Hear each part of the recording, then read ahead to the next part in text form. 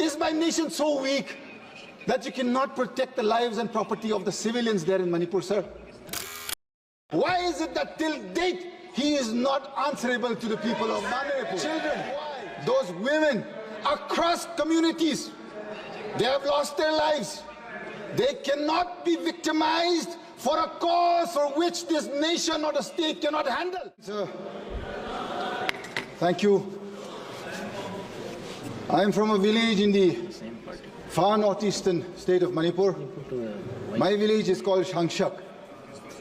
In the spring of 1944, when the Great Second War reached that part of the country, my village was where the Battle of Shangshak took place for a week. Hundreds and hundreds of Allied forces as well as Japanese forces, they lost their lives there. It was the Battle of Shangshak that ensured that Allied forces could reach Kohima in time so that the onslaught of the Japanese could be stopped. Sir, the nation was built 1950, as we all know, the Constitution was adopted, enacted. That part of the country, we never knew what was being discussed. Our people never ever knew what was happening in these great halls, what our founding fathers were discussing for the welfare and the future of that part of the country. Many amendments were required. One such amendment that happened in '63 was Article 371A for the state of Nagaland. In 1971, Article 371C for the state of Manipur. It was because at the time in 1949, when the Constituent Assembly discussed the Constitution, many parts of our nation were left out. Our nation is a plural nation. That is the belief that we had grown up with. We have studied our whole lives that this nation is a nation that constitutes pluralism. The core and identity of our nation is the plurality that this nation exudes so proudly. Why is it today? I have seen many eloquent speakers. I am grateful across both sides of this house. You have spoken on the Constitution. Where was the Constitution on the 4th of December 2021 when my armed forces, special forces of the 21 Special Force Paras, they killed 6 civilians who had gone to work in coal mines, coming back home to their families.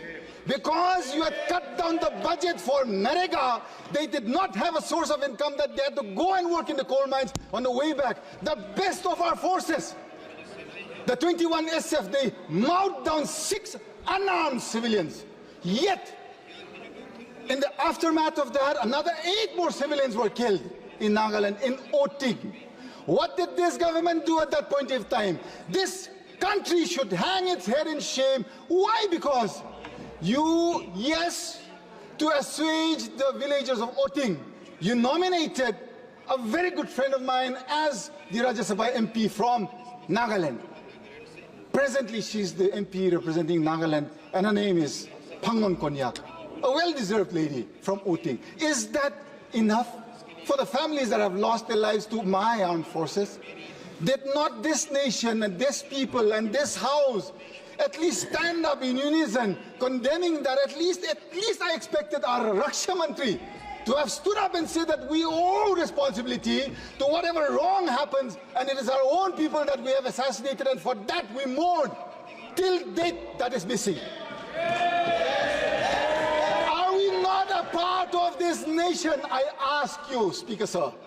Mr. Chairman, 3rd of May, 2023, I need not remind this House or this nation what happened in my state of Manipur. What has been happening for the last 19 months? The last time I got to speak in this August House, I very clearly said, as a citizen of this nation and as a family that has contributed in building this nation, it is my right to ask for justice. Why is it till today that my Prime Minister, someone who this nation believes, someone who I also wish to believe, why is it that till date he is not answerable to the people of Manipur. Why? Is it too much? Is it too much for me to ask, on behalf of those civilians that have elected me here today, sir,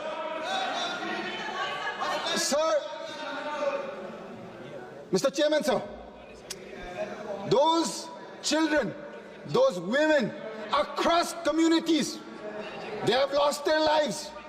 They cannot be victimized for a cause for which this nation or the state cannot handle. Is my nation so weak that you cannot protect the lives and property of the civilians there in Manipur, sir?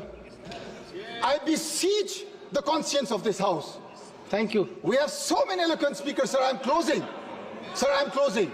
Please, please. Sir, in the end, I wish to beseech upon the conscience of this House, especially all the honorable members of the ruling bench. This is not a war against either party, be the treasury or the opposition. This is a war against humanity in this country. Please, wake up, speak to your people. All you have to do is see how difficult is it for our nation, which is growing and going to become the third largest economy. You talk only of economy, but when you have finished of people, what will that economy do when there are no people to use it? I ask the conscience of this House and the leadership of this nation, please today stand up, be with your brothers and sisters in Manipur, bring about justice and be accountable for all actions. Thank you, Speaker.